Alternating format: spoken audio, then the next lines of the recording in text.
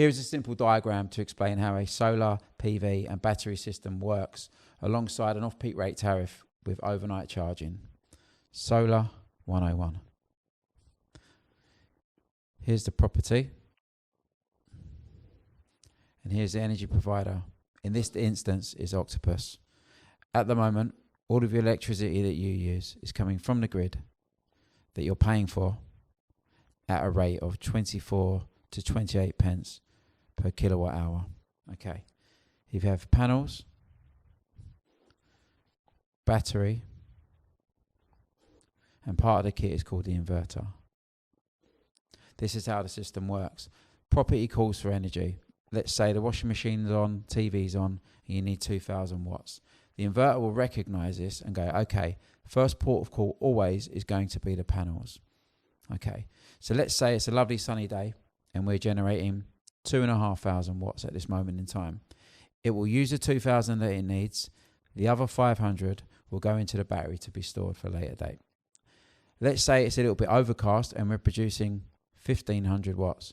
We now have a shortfall because we need 2,000. The inverter will recognize this shortfall.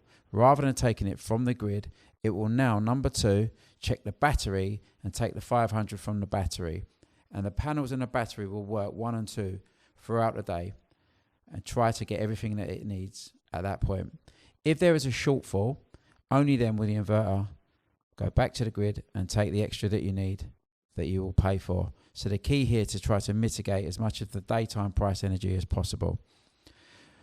If you can get into an off-peak rate tariff like Intelligent Go, that will give you from 11:30 at night till 5:30 a.m. 6 hours of off-peak energy at 7p per kilowatt, which is a huge difference from the daytime price.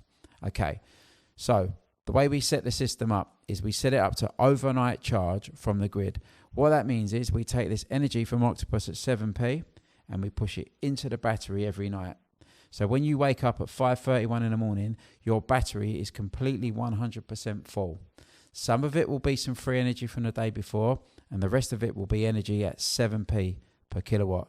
Now we go back to how the system operates during the day, 1 and 2. You can start to see that you're using a lot less of this daytime price energy and utilizing the solar PV and battery. Could take a good 75-80% off of your monthly bills.